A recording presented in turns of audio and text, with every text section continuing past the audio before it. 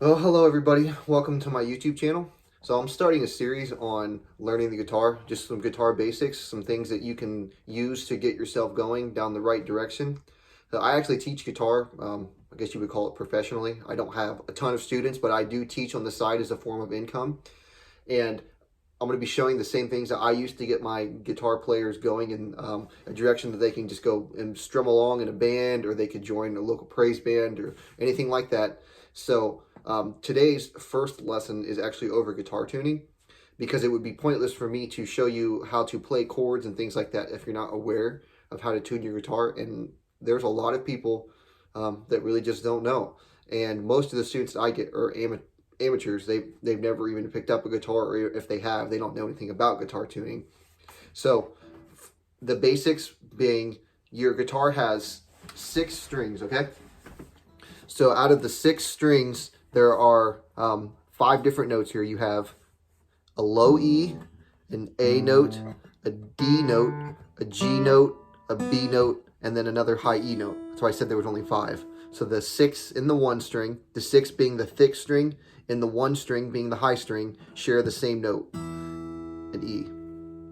You can remember that by, there's a bunch of different sayings. I know when I learned from my father, he said, Earl and Dave go boating every day. I found one online that was, even amateurs do get better eventually, but the notes still being E, A, D, G, B, E.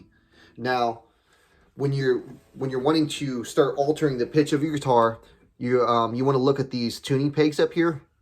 So you just want to be aware of the direction that the string is strung to the guitar. Generally speaking, the string should be strung to the inside, as long as the guitar was strung properly. And when you're looking at your tuner is going to have some form, like with the ones that I have, both of them, if the guitar is in tune, it'll be a green light, and then if it's not, it'll be like orange or red. But you want to, like, if the note is above the green light, it usually means it's sharp, and if it's below the green light, it means it's flat. So with these tuners, what you want to do is, if the guitar is flat, you want to tighten the string. So that's going to raise the pitch to bring it back into the pitch that it's supposed to be. And then if the guitar is sharp, you want to loosen the string, and that'll bring the pitch back down. So on a lot of guitars, they will have tuners built in. A lot of the nicer ones especially, and mine does. So I have one here. So all I have to do is hit my button, and then it'll turn itself on. But if you don't have a high-end guitar or anything over $400 or $500, usually they don't come with one.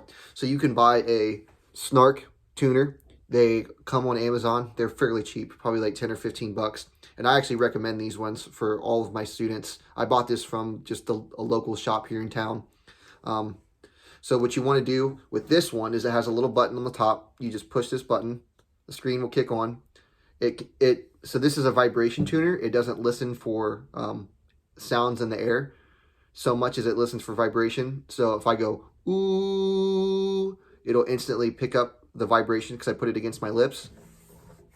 But if you put this on your guitar, it'll pick up the vibration of what you're playing. So this is going to be backwards for me, so it'll be a little difficult to do. But if I strum my low E string, see how it's green? That tells me that it's in tune. So I'm going to lower this. Now it's showing me that the pitch is dropped to a D sharp. So we want to raise this back up. We'll go over the order of notes later, to an E note. Looks like it's a little sharp. Bring it back down. Now it's back in tune with E. So what I'm going to do is, I'm going to bring the tuner back around to myself.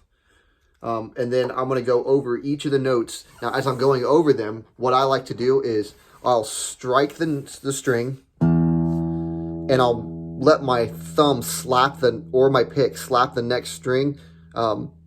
So basically as to mute it. So there's no other notes going on. And then after that note rings out, I'll put my whole hand on the guitar just to deaden the rest of the notes so that they don't interfere with the tuning. So it'd be E, A, D, G, B, E. even amateurs do get better eventually. So I'm going to tune my tuner on.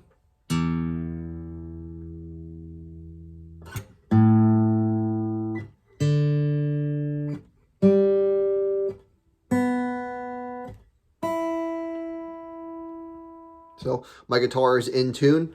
So one thing to keep in mind when you're tuning your guitar is that if you strike the string too hard, you can bend the pitch. Therefore, the tuner won't pick it up perfectly. Also realize that if your guitar is really out of tune, you're probably going to have to tune it multiple times, because what happens is you're putting the strings are all under tension, and if you increase the tension across all 6 strings, you're substantially increasing the tension on the entire neck, which it has a metal tie rod on the inside of it, and that it does hold it against from bowing and things like that, but it still will slightly bow a neck one direction or another. So like I said, if your guitar is wildly out of tune, you're going to have to probably tune it 2, maybe 3 times to get it right where you want it.